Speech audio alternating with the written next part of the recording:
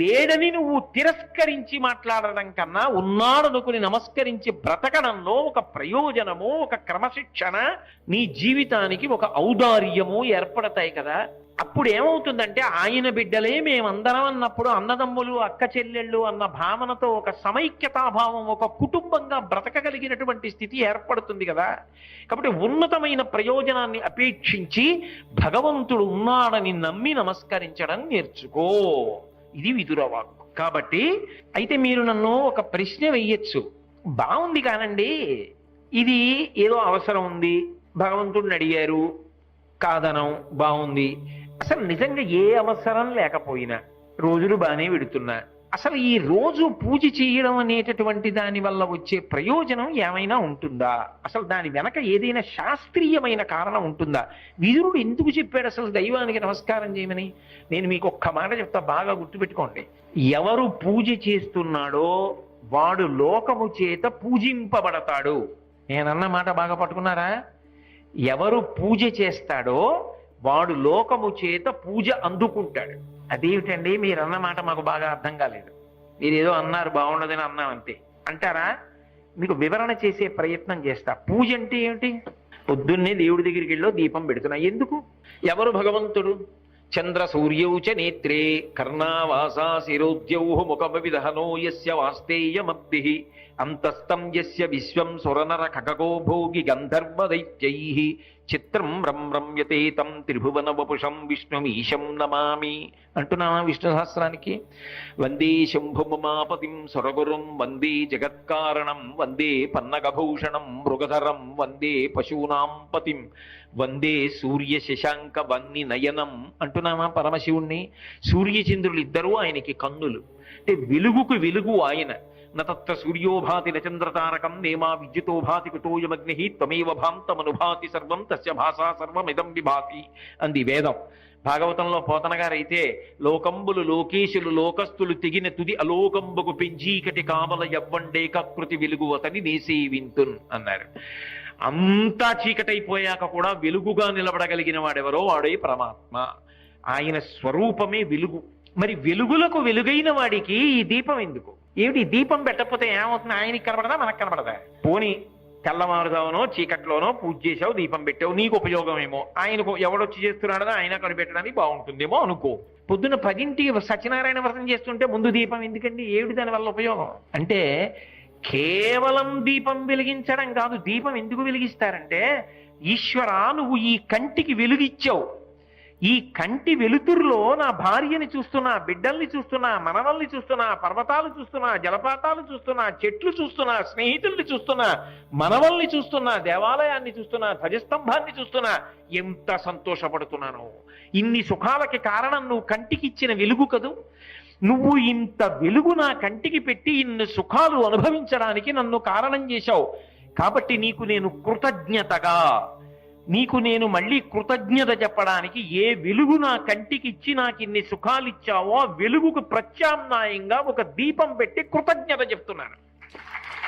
ఆ భావన ప్రధానం. అంతేగాని నూనె అయినా, నెయ్యి అయినా, 3 ఒత్తులైనా, 2 ఒత్తులైనా, 5 ఒత్తులైనా, ఇటు తిప్పనా అటు తిప్పనా ఎన్నాళ్ళు మాట్లాడతావు? అది ఎన్నాళ్ళు కర్మ దగ్గర ఆగిపోతావు? కర్మత జడం అంటారు ఉపదేశసారంలో రమణ మహర్షి.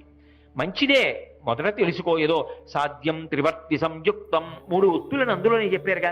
ఇంకా ఎవరైనా ఎప్పుడైనా ఏమండి మీకు ఏమైనా అడుగుతారా అడగండి అంటే, దీపంలో ఎన్ని ఒత్తులు వేయాలండి? బతికున్నంత కాలం అదే. ఇంకా ఏం పొయ్యొచ్చండి? ఇటు తిప్పి పెట్టాలండి? అసలు ఎందుకు పెడుతున్నావు తెలుసుకో. కృతజ్ఞత చెప్పడానికి పెడుతున్నావు. బ్రహ్మగ్నే చ సురాపే చ చౌరే భగ్నవ్రతే తదా నిష్కృతిర్విహితా సిద్భిః కృతజ్ఞో నాస్తి నిష్కృతి అంటారు కిష్కింధకాండలో లక్ష్మణస్వామి రాముడితో మాట్లాడుతూ.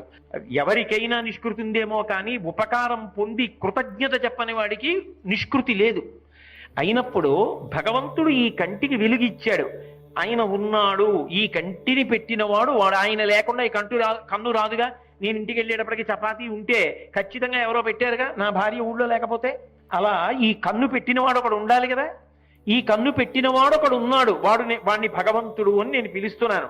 వాడు నాకు రాత్రి బడలిపోతే కన్ను నిద్రాకాలిక సుఖం ఇచ్చేటప్పటికి తెల్లవారేటప్పటికి మళ్ళీ కంటికి శక్తినిచ్చాడు. కాబట్టి దీపం పెట్టి కృతజ్ఞత చెప్తున్నాను.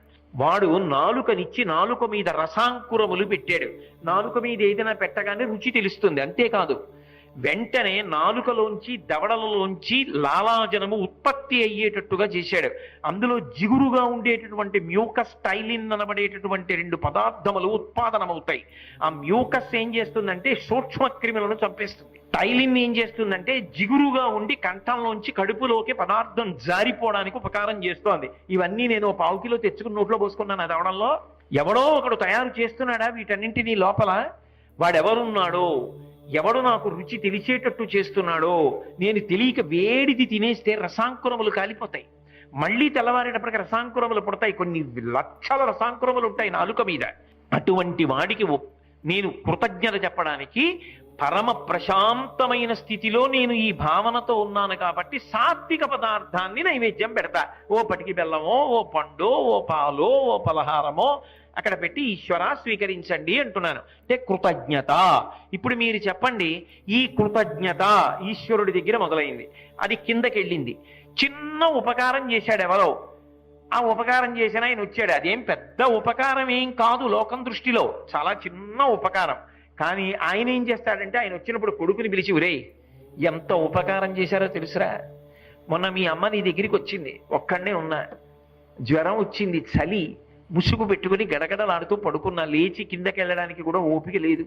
బయట హోరున వాన, ఆ వానలో మహానుభావుడు వచ్చాడురా. ఎందుకు, ఏమండి ఇలా ఉన్నారని చెప్పి అప్పటికప్పుడు ఎవరో తెలిసిన వాళ్ళని పిలిచి కారు ఎక్కించి వైద్యుడి దగ్గరికి తీసుకెళ్ళి, పాపం ఆయన భార్య 2 రోజులు ఇక్కడే పడుకుని వంట చేసి పెట్టి పచ్చం పెట్టి, పాపం ఆవిడ వెళ్ళక వెళ్ళారు, ఏ పని మీద వెళ్ళారో ఆవిడికి చెప్పకండి అని చెప్పి మామూలుగా మాట్లాడండి అని 2 రోజులు అంత జాగ్రత్తగా చూసుకుని జ్వరం తగ్గడానికి ఉపకారం చేశాడు రా అని చెప్తానా కొడుక్కి? చెప్పకపోయినా ఆయన స్వభావం ఉపకారం చేశాడు. కానీ నేను ఆయన ఉపకారం గుర్తు పెట్టుకుని చెప్పాను అనుకోండి, ఇప్పుడు ఆయన ఏమంటాడు? ఏమన్నా ఆయనకి ఇంత చిన్న ఉపకారం చేస్తే అన్ని మాటలు చెప్తారండి బాబోయ్, ఆయనకి ఎంత కృతజ్ఞతో అని 10 మంది నా పట్ల గౌరవం పెంచుకుంటారా పెంచుకోరా? అంటే అందుకోసం చెప్పుకోవడం కాదు. ఎవడికి కృతజ్ఞత ఉన్నదో వాడిని లోకం నమ్మి గౌరవిస్తుందా, గౌరవించదా? అయినప్పుడు భగవంతుడికి పూజ చేయడం అంటే కృతజ్ఞతావిష్కారం అయితే, కృతజ్ఞత కలిగిన వాడిని లోకం పూజిస్తుందని పూజించిన వాడు పూజింపబడతాడని నేనంటే తప్పెందుకైంది? పూజ చేసిన వాడు పూజలు అందుకుంటాడన్న మాట నేను చెప్పింది యథార్థమా కాదా? యథార్థమేగా. కాబట్టి ఇది నీకు సద్గుణముగా ప్రవర్తించాలి అంటే నువ్వు భగవంతుణ్ణి పూజించడం నీకు రావాలి. ఆ తర్వాత ఎవరు చిన్న ఉపకారం చేసినా వాళ్ళ పట్ల నీకు మర్యాదతో కృతజ్ఞతతో గౌరవించడం అలవాటు అవుతుంది. దానివల్ల ఏమవుతుంది? 10 మంది చేత నువ్వు గౌరవింపబడతావు, ఆ గుణము నిలబడుతుంది, అది నీ పిల్లలకు అబ్బుతుంది. ఎక్కడ ఎవరు చిన్న ఉపకారం చేసినా గౌరవంగా మాట్లాడడం, అపకారం చేసినా మరిచిపోవడం, ఇవి అలవాటు అయ్యాయనుకోండి. ఉపకారికనుపకారము విపరీతము కాదు చేయ వివరింపంగా, అపకారికనుపకారము నెపమెన్నక చేయువాడే నెర్పరి సుమతి. ఇది మనకి సనాతన ధర్మం నేర్పినటువంటి గొప్ప విశేషం. అది చెప్తున్నాడు విదురుడు. కాబట్టి దైవాన్ని పూజించడం నేర్చుకో. కాబట్టి ఏలినవాణిని, అలాగే దైవము, ఆలిని అంటే భార్యని గౌరవించడం రావాలి జీవితంలో. ఎందుకు రావాలి అని అడగచ్చు మీరు. మా అమ్మ నన్ను కంది కాబట్టి ఆవిడికి సహజంగా ప్రేమ. మా నాన్నగారు ఆయన తేజస్సు కదూ నేను నా పుట్టుకకి కారణం, అందుకని ఆయనకి నేనంటే ప్రేమ. దానికి ఒక కారణం ఉంది. నాతో కలిసి పుట్టారు అన్నదమ్ములు, నాతో కలిసి పుట్టారు అక్క చెల్లెళ్ళు, ఒక అనుబంధం ఉంది. మేమందరం ఒక్క తీగ పువ్వులం, ఒక్క చెట్టు కాయలం, ఒక్క చెట్టు పళ్ళం. కాబట్టి ఒక్క చోట కలుసుకున్నప్పుడు మా అన్నయ్య, మా తమ్ముడు, మా అక్క, మా చెల్లి అని మేము ఒకళ్ళ చేతులు ఒకళ్ళు పట్టుకోవడానికి, కలిసి తినడం, కలిసి కూర్చోవడం, కలిసి మాట్లాడుకోవడం. రాత్రి 1 గంట అయిపోయినా చిన్నపిల్లలు అయిపోయి, ఒరే నీకు గుర్తుందా, నువ్వు ఏదైనా హాస్యానికి కానీ నవ్వడం మొదలెట్టావా ఇల్లు బద్దలైపోయేటట్టు నవ్వుతావు. మామూలుగా అంత పెద్ద నవ్వు నవ్వవు. నువ్వు అంత సంతోషపడిపోయావా ఆ నవ్వు ఊళ్ళో వాళ్ళందరికీ వినపడుతుంది, అలా నవ్వుతావు. ఓసారి నీకు గుర్తుందా మనందరం కలిసి ఓ చలనచిత్రానికి వెడితే, అయ్య బాబోయ్ నువ్వు నవ్విన నవ్వుకి అందరూ వెనక్కి తిరిగి నిన్నే చూశారు.